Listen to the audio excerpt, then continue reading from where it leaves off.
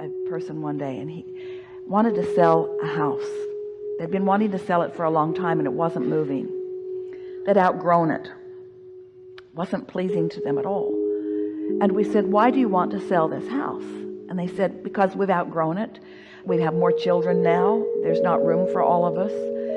It's not in the neighborhood that we want to live in. The vegetation doesn't look the way we want it to. We're done with this house. And so we presented to the world the advertisement for that house. Come and buy this house that's too small, this house that's surrounded by a garden that doesn't look good. Come and buy this place we no longer want. Come and get it. And so, of course, he understood our sarcasm.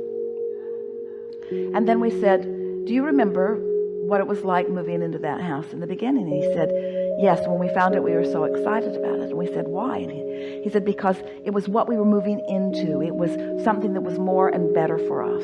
There was a place for all of us at the time. And we said, and what did the landscaping look like at the time? And he said, there wasn't any. We planted everything that was there. Every weekend we would go buy another bush or another tree, and together we would plant it. And we said, and do you remember how that felt? And he said, we loved the place. It was so fun watching it become. And we said, now that's a different advertisement that you're putting out to the universe. Now you're saying, come and find this thing that is just right for you. And so it's an interesting thing. Our friend earlier said, I'm afraid about something. And what he meant in this situation is, I'm afraid if I make peace with my business, I'll get stuck with it. I'm afraid the universe will misunderstand. I'm afraid the universe will think I'm happy with it if I don't complain about it. And it seems like in order to distance myself from a condition that I don't want, that I have to say no to it and point out what's wrong with it. But the opposite of it is what you're really wanting to do, because what that condition has produced for you is something that is new, that is in the vortex. And you've got to find a way of lining up with who you now are and what you now want. This is a universe that's based upon attraction or inclusion. There's no exclusion in it. And we know you know that. So right now, in this moment, how do you include what you want in your vibration about a business that you want to leave behind? Isn't that a good question? How do I right now include in my vibration that will bring me what I do want, which I believe is a separation from what I don't want? And the answer is, you just got to look at everything on the subject of business or otherwise that causes you to feel good. Receptive mode is all you've got to accomplish. Do you know, you could have 10 subjects of importance, and 9 of them could be going very well for you in terms of conditions. The conditions of 9 subjects could be just right, and the condition of 1 subject could be awful. What most people do is they focus upon the one condition that's awful until they mess up their frequency across the board, and then all of the other things begin to get out of whack too. Or you could have 1 thing that's really good and 9 things that aren't. And you could focus upon the one thing that causes you to feel good, adjust your vibration, and you'll receive inspiration about the improvement of all the other 9. So we're doing a really strong sales job here. We want you to understand what your work is. Your work is not to improve the condition so that you can feel better. Your work is to feel better so that the condition will be improved. But that isn't exactly the way we want to say it either, because that's not really the way that it is. Because if the ulterior motive is to fix the condition, you're still doing it conditionally. So you got to do it because you want to feel good, period. Really, do you care if you're happy because you're swimming? Or happy because you're gardening, or happy because you're in a thriving, prospering business? Does it matter what the condition is if you're happy? It doesn't, does it? So what is it that causes you to find things in the condition that you don't like and believe that you got to get away from them, when it's never about that anyway? It's always about alignment. Do you believe us when we say that you've created a vibrational reality? Do you believe us when we say that your inner being, that source, whatever you want to call that non-physical consciousness, is projecting, revealing, vivid, precise information about how to get what you're asking for? Yes. And so doesn't it seem logical that you just want to do whatever you can to get in that receptive mode so that the ideas can occur to you? We think that what has happened to so many is that you've lived in a world where others around you have been moving things around through their action.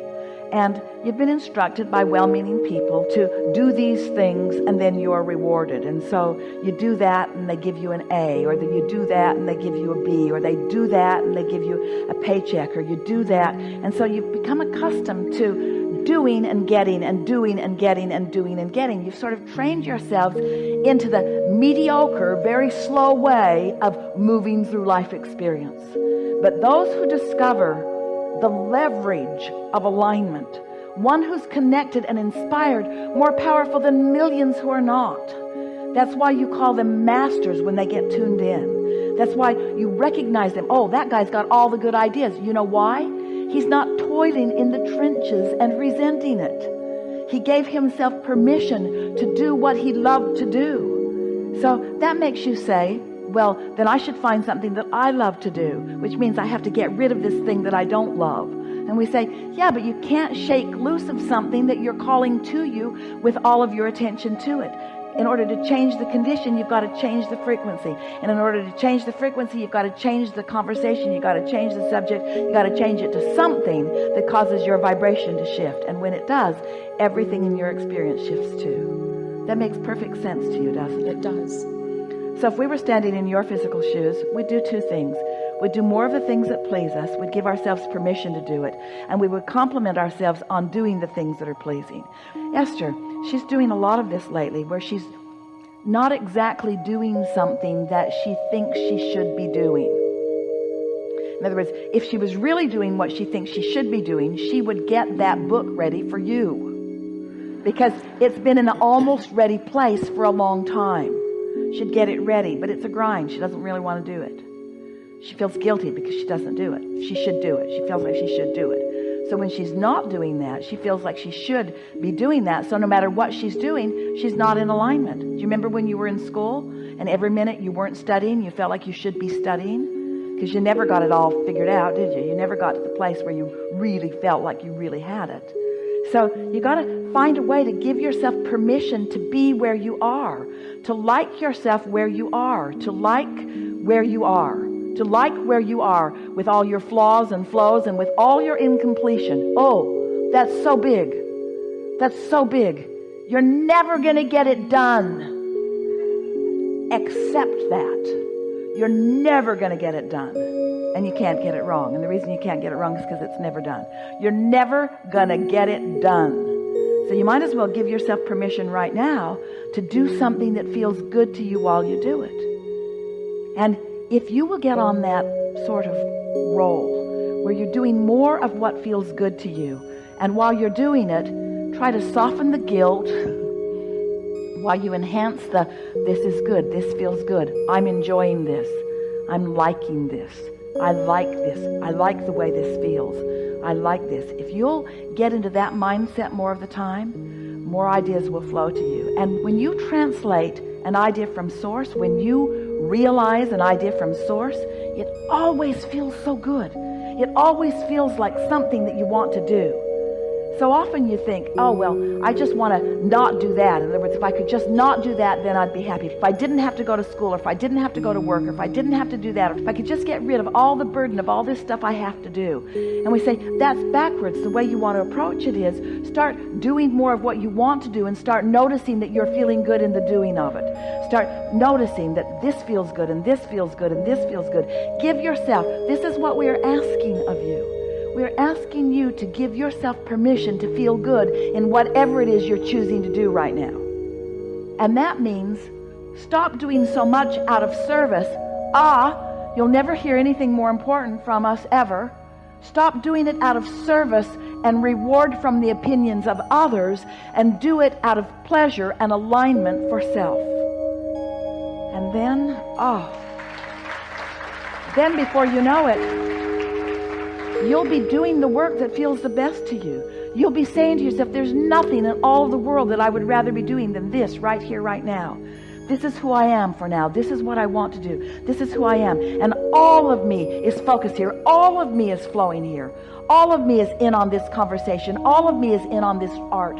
All of me is in on this receiving of this music. All of me is in on this inspired gardening. All of me is in on this inspired. All of me. Because in any moment in time that you've pinched off some of you and you are not allowing all of you, then you're not having a very good time and you're wanting to be someplace else. Our favorite conversation ever.